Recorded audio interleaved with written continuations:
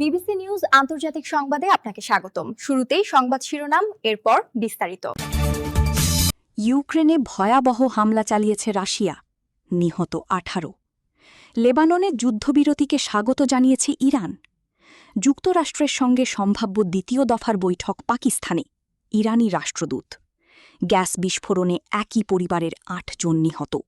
আপনি যদি মুসলিমদের পাশে থাকতে চান তাহলে ভিডিওতে লাইক করে চ্যানেলটি অবশ্যই সাবস্ক্রাইব করে দিবেন এবং কমেন্টে জানিয়ে দিবেন আপনার মূল্যবান মতামত। ইউক্রেনে ভয়াবহ হামলা চালিয়েছে রাশিয়া, নিহত 18। চলতি বছরের মধ্যে ইউক্রেনের সবচেয়ে বড় ড্রোন ও ক্ষেপণাস্ত্র হামলা চালিয়েছে রাশিয়া। এতে অন্তত 18 জন নিহত ও শতাধিক আহত হয়েছেন। বৃহস্পতিবার 16 এপ্রিল ইউক্রেনীয় কর্তৃপক্ষ এ তথ্য জানিয়েছে। খবর সিএনএনের।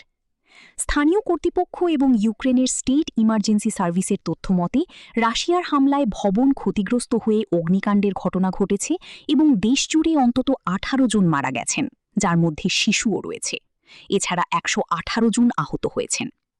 ইউক্রেনের বিমান বাহিনী জানিয়েছে, বৃহস্পতিবার সকালের আগের 24 ঘণ্টায় রাশিয়া 659টি ড্রোন ও 44টি ক্ষেপণাস্ত্র দিয়ে হামলা চালায়। হামলার লক্ষ্যবস্তুর মধ্যে রাজধানী কিয়েভ, খার্কিভ, ওডেসা, ডিনপ্রো এবং জাপোরিজিয়ার মতো বড় শহরগুলো ছিল। দফায় দফায় এসব শহরে হামলা চালানো হয়। সোশ্যাল প্ল্যাটফর্ম এক্সে, সাবেক টুইটার, এক পোস্টে ইউক্রেনের পররাষ্ট্রমন্ত্রী অ্যান্ড্রি সিবিহা লেখেন, গত দিন ও রাত জুড়ে রাশিয়া ইউক্রেনের বিরুদ্ধে প্রায় 700টি ড্রোন এবং কয়েক ডজন ব্যালিস্টিক ও ক্রুজ ক্ষেপণাস্ত্র ব্যবহার করে একটি বড় সন্ত্রাসী হামলা চালিয়েছে। এই হামলার প্রধান লক্ষ্য ছিল বেসামরিক নাগরিকরা। রাশিয়ার হামলায় কিয়েভে 4 জন নিহত হয়েছেন, যার মধ্যে একজন 12 বছর বয়সী কিশোরও রয়েছে। ধ্বংসস্তূপের নিচে পাওয়া 2টি লাশের মধ্যে ওই কিশোরের লাশ ছিল বলে জানিয়েছে স্টেট ইমার্জেন্সি সার্ভিস। সংস্থাটি বলছে, রুশ হামলায় কিয়েভে অন্তত 48 জন আহত হয়েছেন। আপনি যদি মুসলিমদের পাশে থাকতে চান তাহলে ভিডিওতে লাইক করে চ্যানেলটি অবশ্যই সাবস্ক্রাইব করে দিবেন এবং কমেন্টে জানিয়ে দিবেন আপনার মূল্যবান মতামত। লেবাননে যুদ্ধবিরতিকে স্বাগত জানিয়েছে ইরান। ইসরায়েল ও লেবাননের মধ্যে হওয়া যুদ্ধবিরতিকে স্বাগত জানিয়েছে ইরান। বৃহস্পতিবার 16 এপ্রিল দেশটির রাষ্ট্রীয় সংবাদ সংস্থা ইরনা এ তথ্য জানিয়েছে।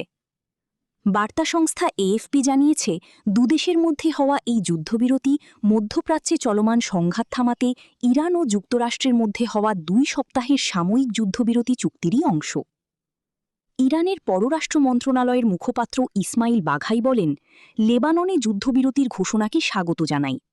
পাকিস্তানের মধ্যস্থতায় ইরান ও যুক্তরাষ্ট্রের মধ্যে যে যুদ্ধবিরতি সমঝোতা হয়েছে, এটি তারই অংশ। গতকাল মার্কিন প্রেসিডেন্ট ডোনাল্ড ট্রাম্প তার সামাজিক যোগাযোগ মাধ্যম ট্রুথ সোশ্যালে লিখেছেন, লেবাননের অত্যন্ত সম্মানিত প্রেসিডেন্ট জোসেফ আউন এবং ইসরায়েলের প্রধানমন্ত্রী বিনিয়ামিন নেতানিয়াহুর সঙ্গে চমৎকার আলোচনা করেছি। 2 নেতা তাদের দেশের মধ্যে শান্তি প্রতিষ্ঠার লক্ষ্যে 10 দিনের যুদ্ধবিরতি শুরু করতে সম্মত হয়েছেন। তবে যুদ্ধবিরতির কয়েক ঘণ্টার মাঝেই ইসরায়েলের পক্ষ থেকে তা লঙ্ঘনের অভিযোগ করেছে লেবানন। আপনি যদি মুসলিমদের পাশে থাকতে চান তাহলে ভিডিওতে লাইক করে চ্যানেলটি অবশ্যই সাবস্ক্রাইব করে দিবেন এবং কমেন্টে জানিয়ে দিবেন আপনার মূল্যবান মতামত। যুক্তরাষ্ট্রের সঙ্গে সম্ভাব্য দ্বিতীয় দফার বৈঠক পাকিস্তানে, ইরানি রাষ্ট্রদূত। পাকিস্তানে নিযুক্ত ইরানের রাষ্ট্রদূত রেজা আমিরি মোগাদ্দাম বলেছেন, যুক্তরাষ্ট্রের সঙ্গে সম্ভাব্য যে কোনো আলোচনা কেবল ইসলামাবাদেই অনুষ্ঠিত হবে। তিনি জানান, পাকিস্তানের প্রতি ইরানের পূর্ণ আস্থা রয়েছে, তবে যুক্তরাষ্ট্রের ওপর কোনো বিশ্বাস নেই, এই অবস্থান আগেই ইসলামাবাদকে জানানো হয়েছে। পাকিস্তানের প্রধানমন্ত্রী ও ফিল্ড মার্শালের মধ্যস্থতামূলক উদ্যোগকে তিনি প্রশংসনীয় বলে উল্লেখ করেন। ইসলামাবাদের পলিসি রিসার্চ ইনস্টিটিউটে আয়োজিত এক অনুষ্ঠানে বক্তব্য দিতে গিয়ে রাষ্ট্রদূত বলেন, ইরানে বহিরাগত সন্ত্রাসবাদের কারণে 17,000 মানুষের মৃত্যু হয়েছে, যার মধ্যে সর্বোচ্চ নেতৃত্বের ব্যক্তিরাও রয়েছেন, যেমন সর্বোচ্চ নেতা ও প্রধানমন্ত্রী পর্যায়ের ব্যক্তিত্ব। আপনি যদি মুসলিমদের পাশে থাকতে চান তাহলে ভিডিওতে লাইক করে চ্যানেলটি অবশ্যই সাবস্ক্রাইব করে দিবেন এবং কমেন্টে জানিয়ে দিবেন আপনার মূল্যবান মতামত। গ্যাস বিস্ফোরণে একই পরিবারের 8 জন নিহত। পাকিস্তানের খাইবার পাখতুনখোয়া প্রদেশের হাট্টার ইন্ডাস্ট্রিয়াল এস্টেটে ভয়াবহ গ্যাস বিস্ফোরণে একই পরিবারের 8 জন নিহত হয়েছেন। আহত হয়েছেন অন্তত 5 জন। বৃহস্পতিবার 16 এপ্রিল সংশ্লিষ্ট কর্মকর্তারা এ তথ্য নিশ্চিত করেছেন। এক প্রতিবেদনে সামা টিভি বলছে, হারিপুরে সুই নর্দার্ন গ্যাস পাইপলাইন্স লিমিটেড পরিচালিত একটি পাইপলাইনে গ্যাস লিকেজ থেকে এ বিস্ফোরণের ঘটনা ঘটে। বিস্ফোরণের পর আগুন দ্রুত পাশের একটি বস্তি এলাকায় ছড়িয়ে পড়ে, ঘরবাড়ি পুড়ে যায় এবং বাসিন্দাদের আটকে যায়। ডেপুটি কমিশনার ওয়াসিম আহমেদের তথ্য অনুযায়ী এই ঘটনায় ৮ জন নিহত হয়েছেন এবং অন্তত ৫ জন আহত হয়েছেন।